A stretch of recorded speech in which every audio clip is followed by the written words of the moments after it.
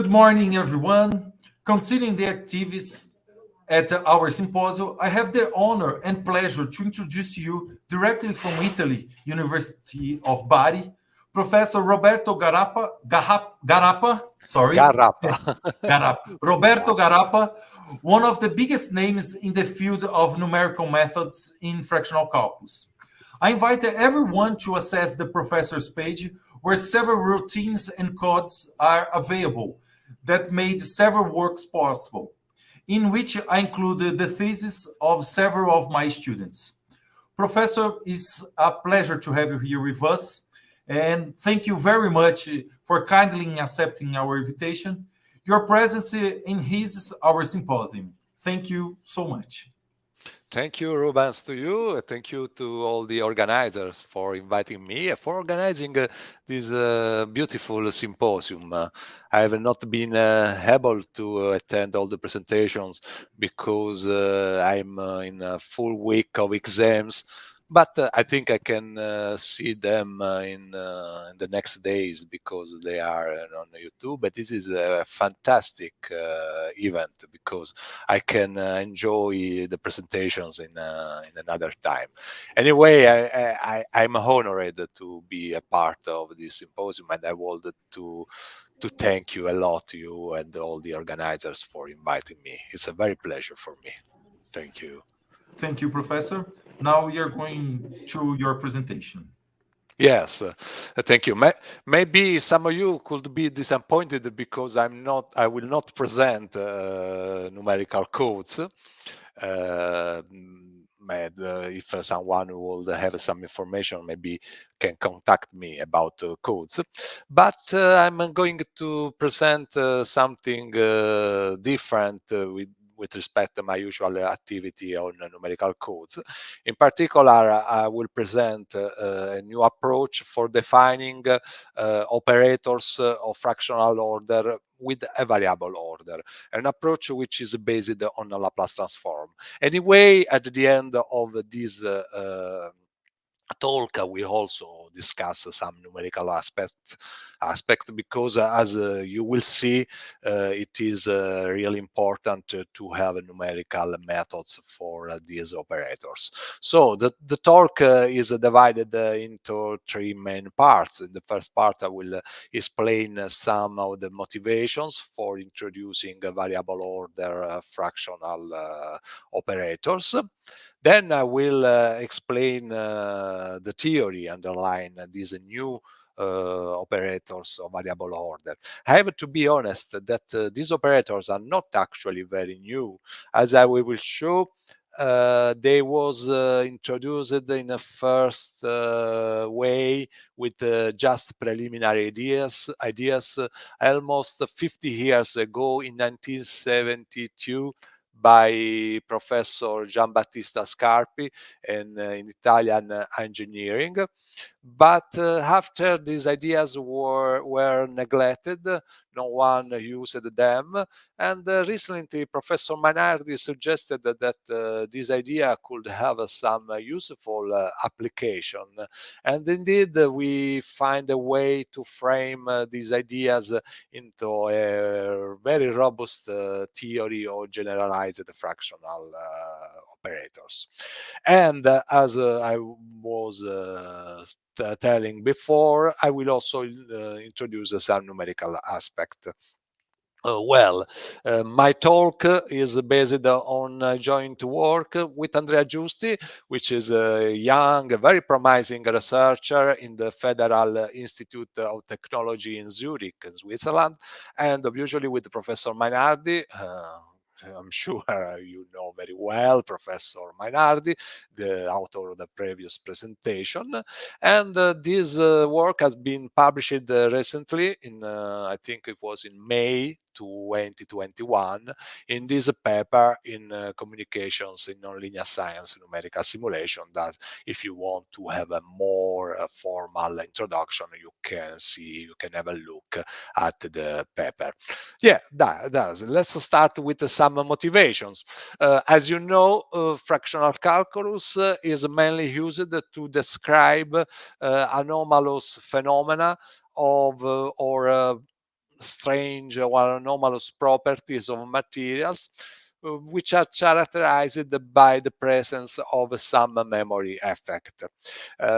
Just for an example, one of the first applications was in the modeling of transportation of fluids through porous rocks.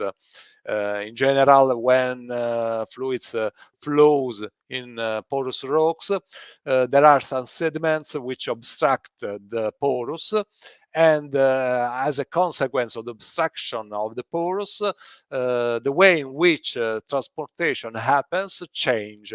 So there is a kind of accumulation of sediment, and so can be described by a memory formalism. And this is the reason why fractional calculus was introduced in this field to simulate this memory of a sediment which obstructs rocks, but also to describe particular materials. This is the case of viscoelastic materials. We are talking about materials which are not actually solid materials or fluid materials. Here an example, very trivial, of a toothpaste, but these materials which show properties which are intermediate between solid and fluid. So in this case, it can be useful to use a fractional differential equation of order intermediate between 0, which is used for solid, or 1, which is used for fluid. Or another important application is in describing the dielectric properties of special materials, such as, for instance, polymers, biopolymers, and others.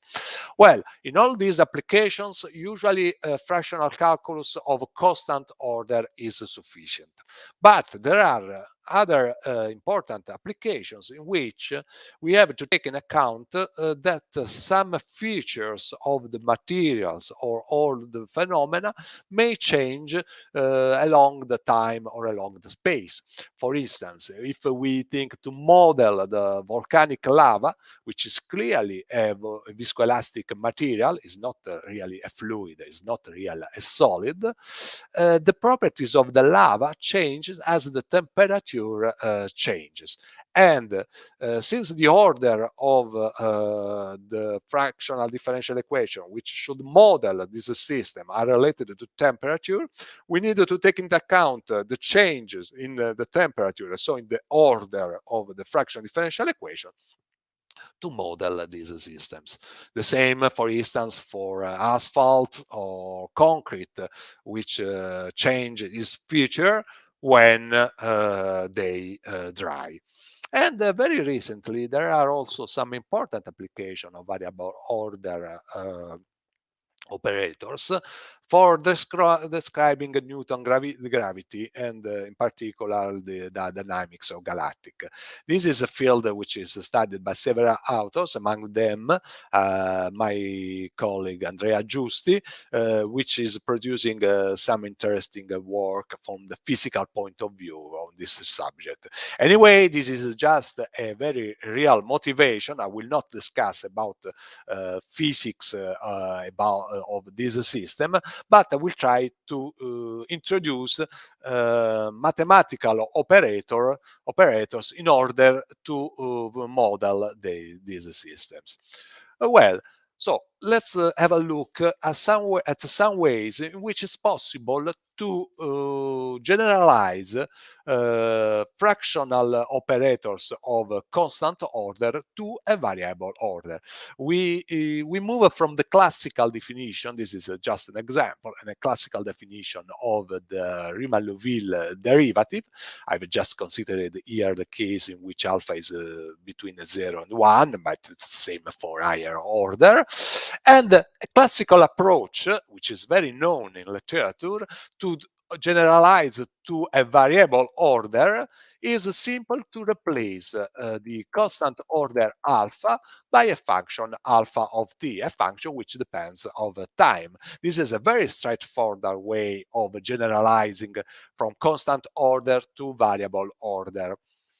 Well, usually when one introduces a new operator, it is important to find the operator which inverts this operator. So if we propose a variable order derivative, we look for an integral, and an integral which inverts this operator could be written in this way, exactly as the Riemann-Liouville integral, which inverts the classical Riemann-Liouville derivative, in which the constant order alpha is replaced by this function.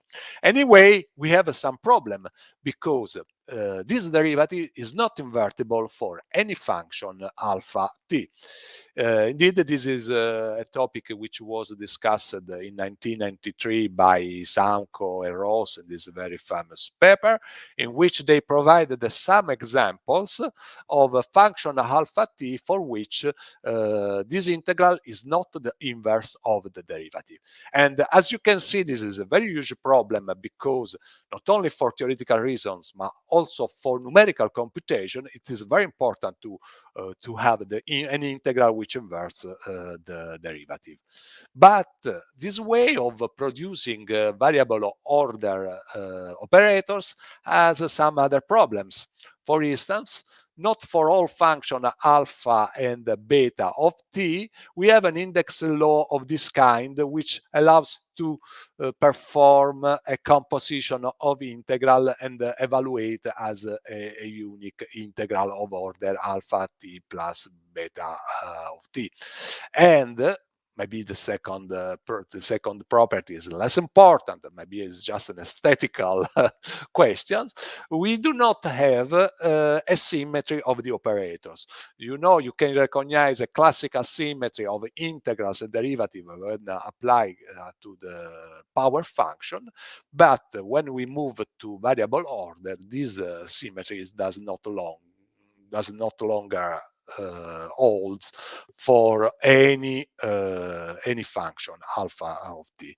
I have told these problems just for the Riemann-Liouville derivatives, but the same are for the Caputo for derivatives formulated according to the Caputo type. Well, what is our different approach that we have studied? I have to see that this approach is based on very old ideas by the Italian engineering. He is an engineering from Bologna. Giambattista Scarpi is now emeritus professor in Bologna, who in 1972 wrote these papers. Unfortunately, they are in Italian, so maybe some of you can have some problems in reading this paper. And there should be also another paper in 1973, in which he proposed a very original idea in order to derive variable order operators. This approach is based on the Laplace transform.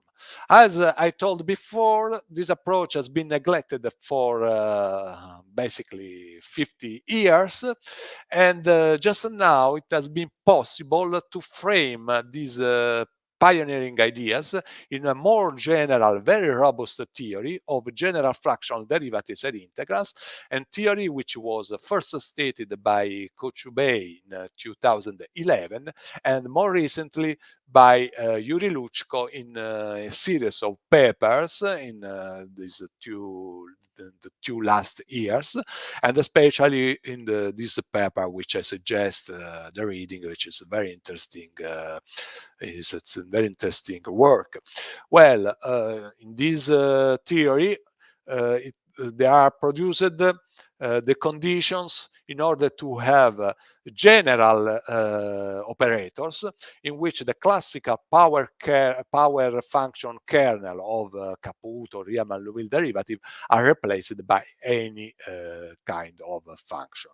And moreover, we have kept these new operators with some robust methods for the numerical inversion of the Laplace transform. What is the reason? As I will show, we do not have the analytic representation of the operators, so we need to evaluate them numerically, in particular by inverting the Laplace transform. Okay, I think I have given sufficient introduction to this topic, we can go through now the main ideas. So we start from the classical definition of the Caputo fractional derivative. Actually, in the original papers, Professor Scarpi did not consider the Caputo derivative, but you have to know that in 1972, Caputo derivatives was not very famous. He worked on the Riemann-Liouville derivative, but actually there are no difference. I prefer to work directly on the Caputo derivative because, as you know, it is more appreciated in applications. So this is the Caputo derivatives. As you can see, is given by the convolution of a kernel, the kernel phi, which is actually a power function. And we have to take into account, to memorize that the Laplace transform of the kernel is given by this function capital phi of S, which is a power of order alpha minus 1 of S over 1. Oh, okay, sorry. Well, what is the idea of Scarpi? We have to move from a function alpha of t, a function depending on time. We assume now that it just assumes value in the interval between 0 and 1. And we have to know in an analytical form the Laplace transform of this function, of the variable order function. Well, let's go back just for a while to the constant order. We can see that in the constant order, this means that alpha of t is just the constant alpha. The Laplace transform of the constant order alpha is just alpha over S. So the Laplace transform of this kernel, which is S power to alpha minus 1, can be equivalently written as this function, which I have written in blue color, S power to S times A minus 1. So the idea of Scarpi is actually to replace now in this formula, in this last formula, for the Laplace transform of the kernel phi, the generic value of Laplace transform A with the Laplace transform of the function describing the variable order.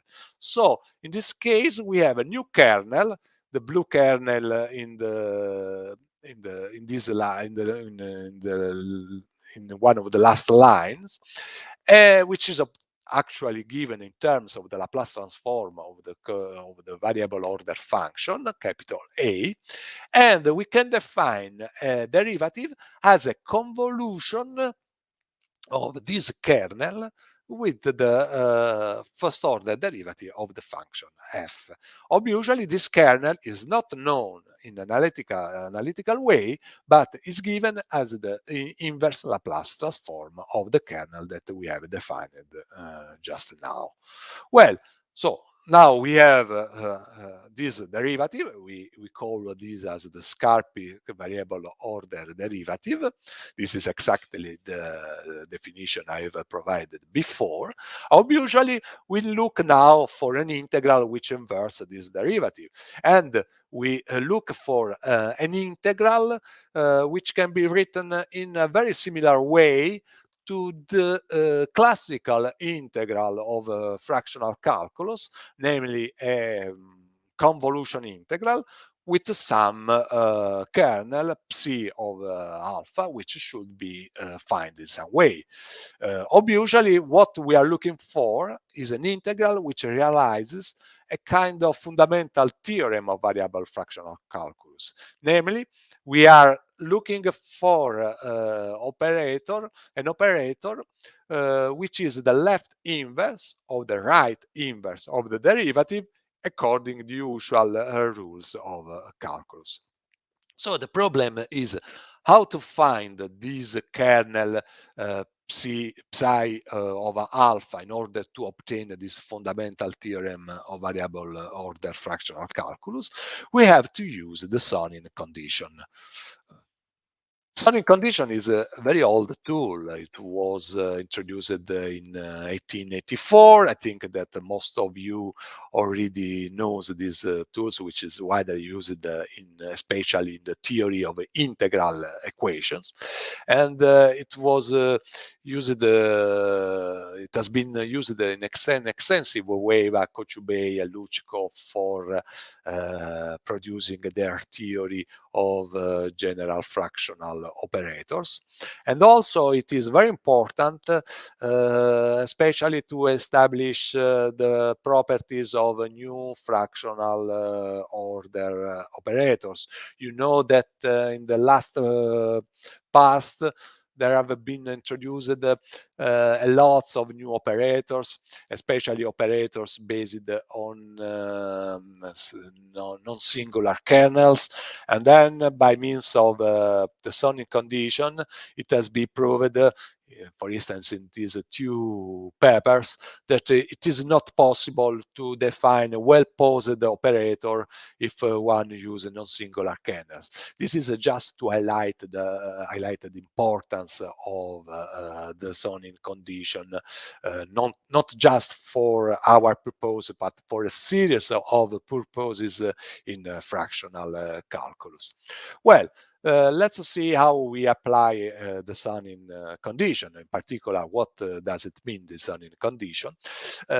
Just to explain the importance, the rule, the way in which the Sonin condition is used, let's see two generic operators obtained in this way. We call the first derivative and the second one an integral.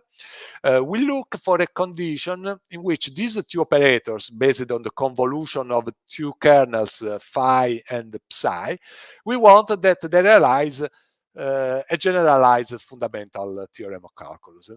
We want that one is the inverse of the others. Well, according to the theory of Sonin, in order to obtain this nice property, it is necessary that these kernels satisfy this important relationship. Their convolution on interval 0 t must be always equal to 1. This for any value of t.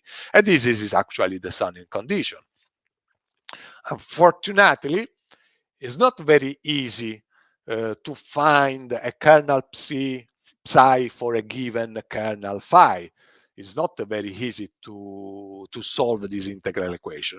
But this task can be simplified in a strong way if we operate in the Laplace transform domain, which is actually the domain in which we are operating for our new variable order derivatives.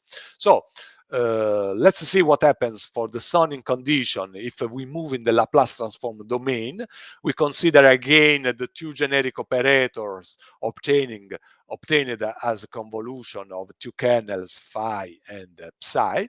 And we consider now the Laplace transform of the two kernels, capital psi, capital phi, and we can see that the Sonin condition in the Laplace transform, the condition that we have introduced before, is actually equivalent to an algebraic condition in the Laplace domain. We need that the product of the Laplace transforms of the two kernels must be equal to 1 over x. So you can imagine that now we have just to satisfy an algebraic equation. Indeed, if we know the kernel phi, which is, for instance, the kernel of the derivative, it is very easy to compute the kernel of the integral, the kernel psi, by simple evaluating 1 over s times phi. And so we are in a position for applying these ideas to our derivative, to our Scarpi derivative. So if we have a look here again at the definition of the variable order derivative, which we have derived before, with the kernel capital phi of S, we see that the kernel of the integral must be given according to this relationship. And so we are able to build an integral of this kind, again an integral convolution with a kernel phi obtained in this way as the inverse Laplace transform of the function s power 2 minus s times a, and in this way, thanks to the Sunning condition, we are sure that each operator is the inverse of the other, and then we have a kind of fundamental theorem of variable order fractional calculus. Well, we have now built the two operators, the derivative and the integral of variable order, but we should have a look at some possible limitations, on some possible condition on the variable order function alpha of t, for which actually the two kernel in Laplace transform are actually the Laplace transform of some function in the time domain. And in order to derive this condition, we must take into account that in order to these kernels are Laplace transforms of some time function, their limit as s tends to infinity must be 0 for both of them. And if you made some very simple computation, you find that an equivalent condition in order to have both of the previous condition is that this limit of s times a of s must be a value alpha which strictly in the interval between 0 and 1. This means that it cannot be 0, it cannot be 1, but must be a value strictly intermediate, strictly less 1, or strictly greater than 0. And if you apply the initial value theorem for the Laplace transform, we found that a condition on alpha of t, so the function describing the variable order, must be the limit for t to 0 must be a value strictly enclosed in the interval 0 and 1. This means that the only condition that we need on the value of the variable order function alpha is that at the value 0 it must be strictly enclosed between 0 and 1. Basically, we are talking that we have to preserve the weakly singular behavior of classical kernels of fractional calculus. And indeed, it is not possible to have regular kernels at 0 in fractional calculus, a result which is in line with the previous result of this topic. Well, another question which may arise is the following. We are evaluating the kernels of the derivative or the integral as inverse of this function, of the Laplace transform inverse of these functions. So we ask if these kernels turn out to be real functions. This is obviously very important because we cannot have a derivative which transforms a real function in a complex function, for instance. That would be not acceptable. And indeed, we can see that this property holds. Indeed, if alpha is a real function, actually also the two kernels obtained in this way are real valued functions. It is possible to prove this property. I prefer to not read the proof. You can find it on the paper, but it is essential to know that it is obtained by simple manipulation of complex algebra. So there is nothing of particular difficult. Well, another property. You remember that I asked at the beginning that the integral inverting the derivative must be satisfy a law of exponents. We should be able to evaluate the integral of order alpha plus beta as the composition of the integral alpha applied to the integral beta of order beta. And maybe we could also have it would be beautiful to have a symmetry, so we can exchange the order of the integral. Well, this actually happens. We have a law of exponents, and it is very simple to show that we have these properties. Indeed, if you consider an integral of order alpha plus beta, usually both are function of t, this means that the kernel is the Laplace transform inverse of this function. And so if we operate in the Laplace transform domain, we can use a classical property of the power to express as the basically as at terms multiply the Laplace transform of the inverse of the integral. And then what we obtain in the time domain, that we have the composition of the two integrals. Obviously, as you can say due to the commutativity of the addition in the Laplace transform domain, we can exchange the order of the two functions alpha and beta. This is not clearly a problem, so this is proved the symmetry. Well, I think that I have given all the fundamental properties from the theoretical point of view of these new operators. Maybe someone could investigate some other properties, but I have to tell something about numerics, because as I have told, we know the function alpha t, we know the Laplace transform. It is required that the Laplace transform of alpha t is known analytically, but we do not know anything about the kernel phi and the psi in the time domain, because we know them just in the Laplace transform domain. So what we have to do is to invert this Laplace transform of a function, and actually, unfortunately, there is no analytical representation of this the inverse Laplace transform. So we can just proceed in a numerical way. In this preliminary work, we have considered a method for the inversion, for the numerical inversion of the Laplace transform, which is based on a modified Talbot method proposed by Wedman and Trefethen in this 2007 paper, which obviously we have suitably modified to adapt to the specific situation of these operators. Well, but I would like to just provide a brief description of these methods.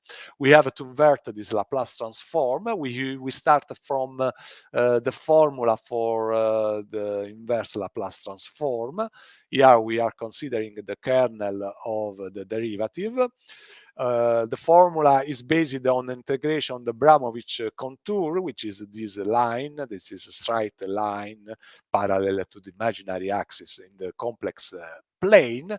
And the method needs to first deform the Abramovich line in a suitable contour, starting and ending in the left half part of the complex plane, in order to avoid numerical cancellation related to present of the exponential, which oscillates a lot. And then once we truncate this contour, we apply some quadrature rule. Well, just an example, we have considered a parabolic contour. Parabolic contours are not the most efficient for this task, but they are very easy to deal because they depend on just one parameter, the blue one, parameter mu. And by using a parabolic contour, we can transform the complex integral in a line integral of a function which is usually has a complex values. In this way, we can apply standard rule for quadrature, such as a truncated trapezoidal rule, and we have to find the main parameters of these procedures, which actually are just 3 parameters: mu, which describes the geometry of the parabolic contour; h, the step size of the quadrature rule; and n, the number of nodes. And in this way, we have 3 components of the error, which are called the discretization error, truncation error, and round-off error, which is very important to take under the control, because when we operate in precision on computer, we have finite precision arithmetic, and results could be affected by large round-off error. And by balancing the 3 error components, in order they are equally to a given tolerance, we can find, for instance, in this case, the 3 parameters n, mu, and h in order to obtain this error. Anyway, I will not discuss in details this technical, but I would like to present some examples just to approach the conclusion of this presentation. I will present just an example which I think is of interest, in which the variable order actually describes a transition from an order alpha 1, which in this plot is equal to 0.6, to an order alpha 2. Which is now in this plot 0.8. We can tune the way in which this transition happens by a parameter c in the exponential. We have an exponential transition. Usually, we can change this kind of transition by using a different function, for instance, the Mittag-Leffler function or other function you think can describe the process you are studying. The Laplace transform is actually easily evaluated in this way, and here we see in the first plot the comparison between the kernel of this variable order with the kernel of the constant order derivative of order alpha 1, the red line, and alpha 2 of the blue line.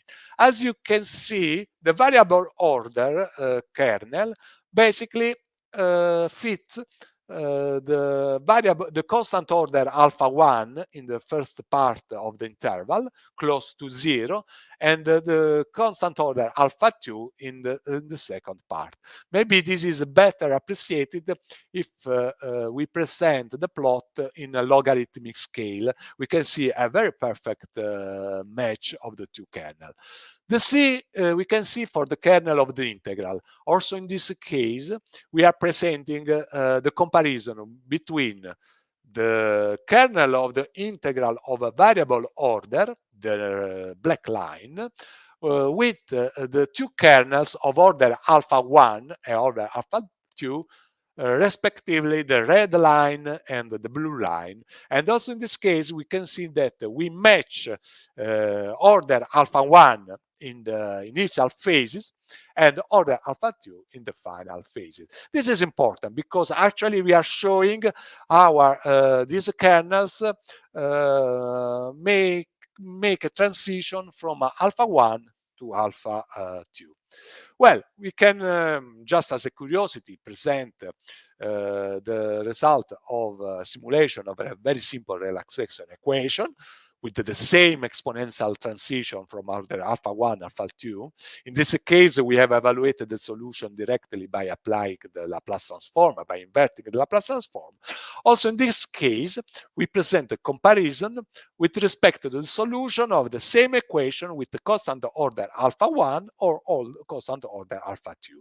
Also, in this case, we can see that the solution matches the constant case alpha 1 in the initial phase and the constant alpha 2 in the final case, red and blue respectively. So actually, this operator seems to realize a good transition from one order to another. Well, just to conclude, some possible field of investigation.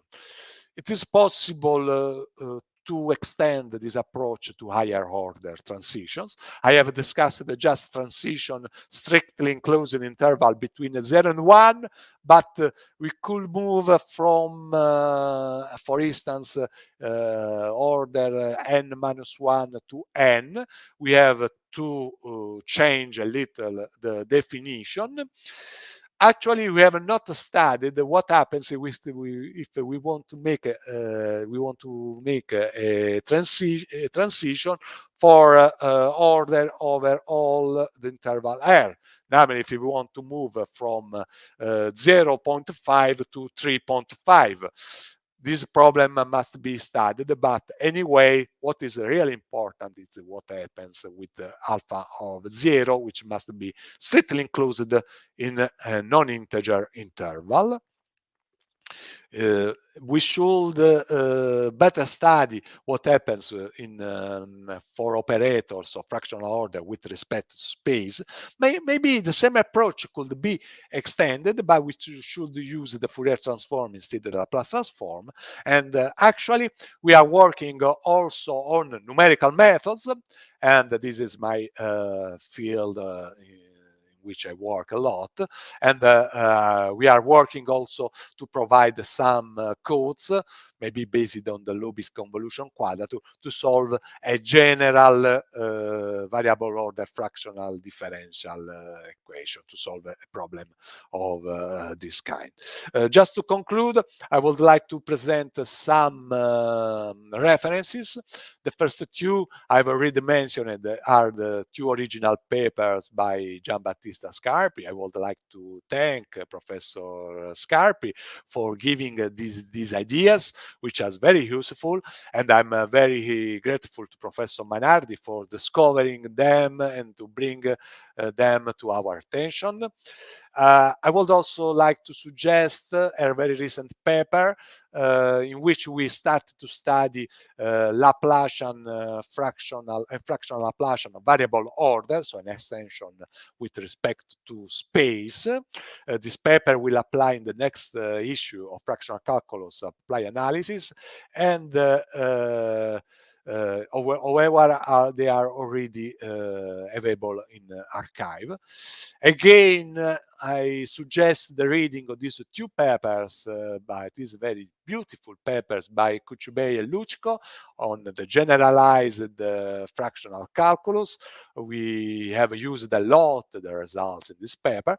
And finally, is not strictly related, these papers by which I wrote with Kai Diethelm, Andrea Giusti, and Martin Steines, but in which we use basically the same tools to study some operators and to describe the properties which some operators, which new operators must be satisfied in order to be well posed. Okay, I think I have finished. I would like to thank again most all of you for attending, for be patient and attending this talk, and again to the organizers for giving me this opportunity to present this result.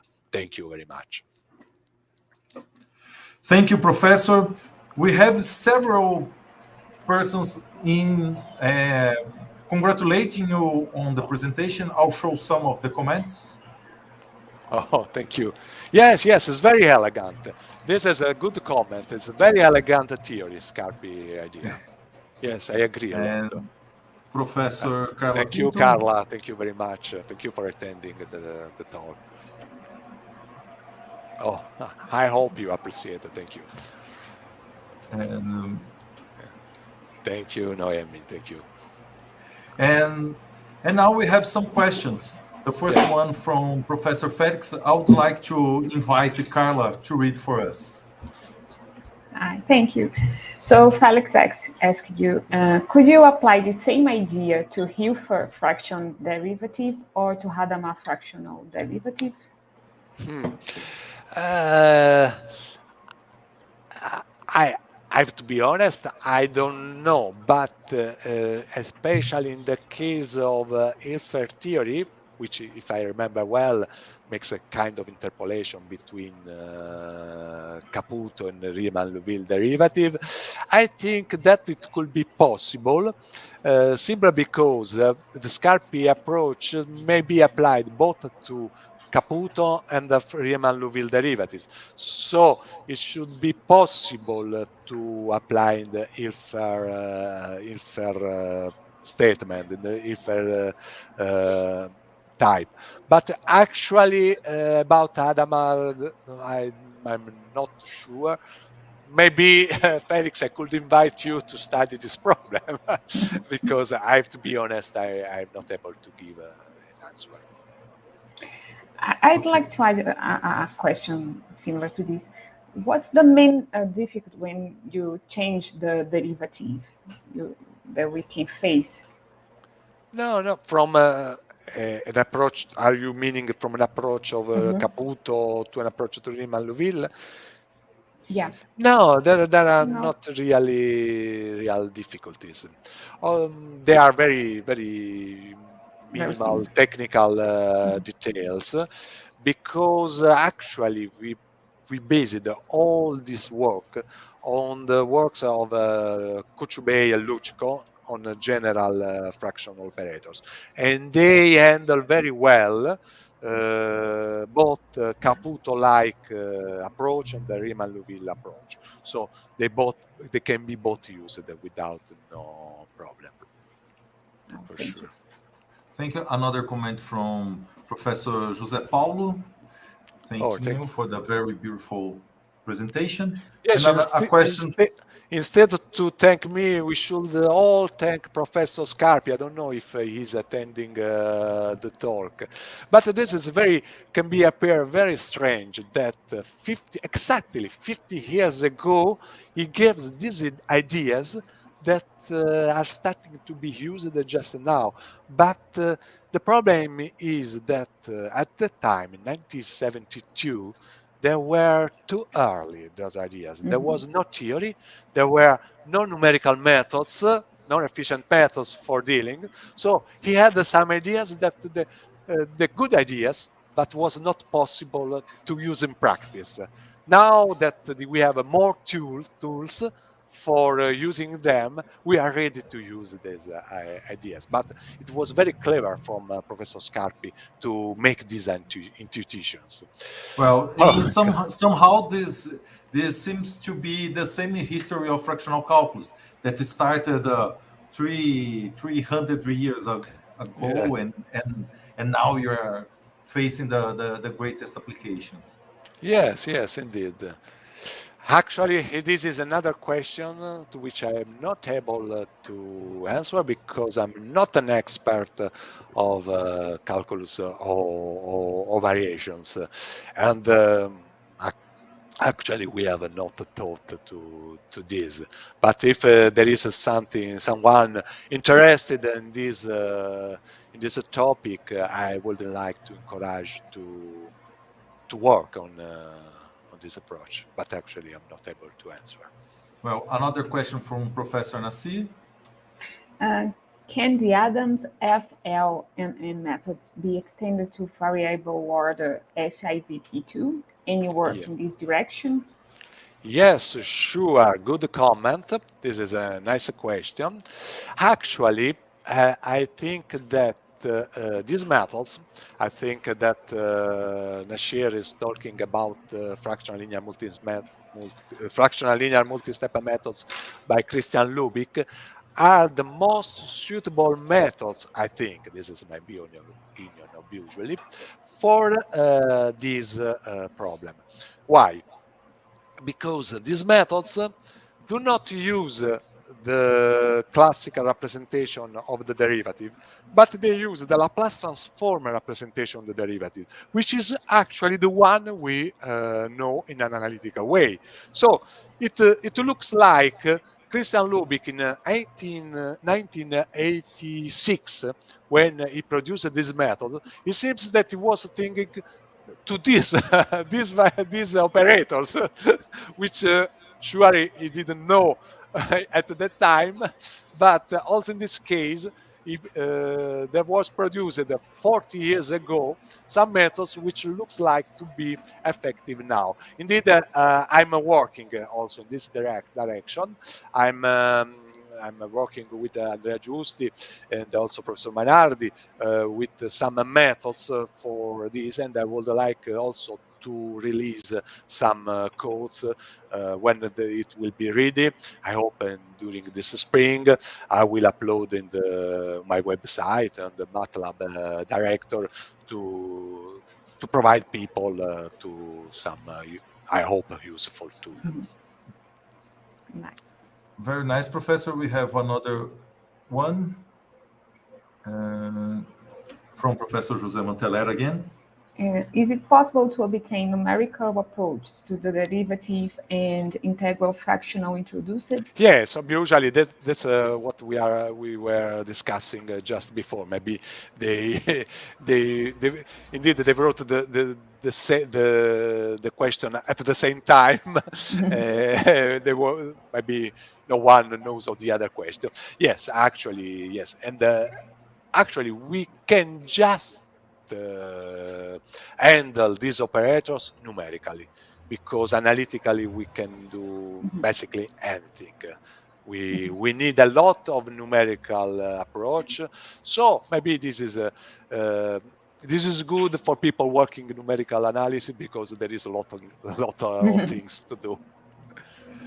The final question, again from Professor José Manteler. It's possible to discuss these results for in time scales?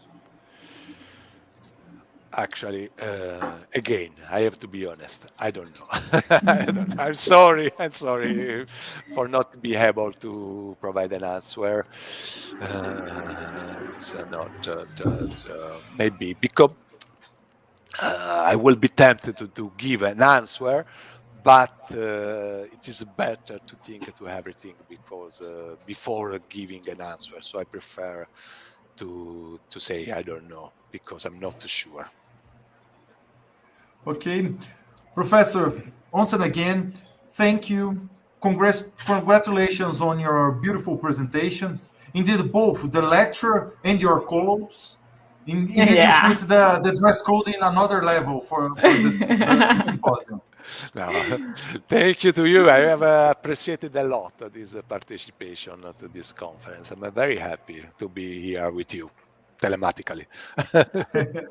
Hope to have you here in the third edition in person. Maybe it will be great for me. Yes, if possible. I hope that these pandemic times will finish soon. Yeah, we all do. Carla? That's right. Just okay. So thank you again, Professor. See you soon. Thank you to you. Bye-bye. Bye.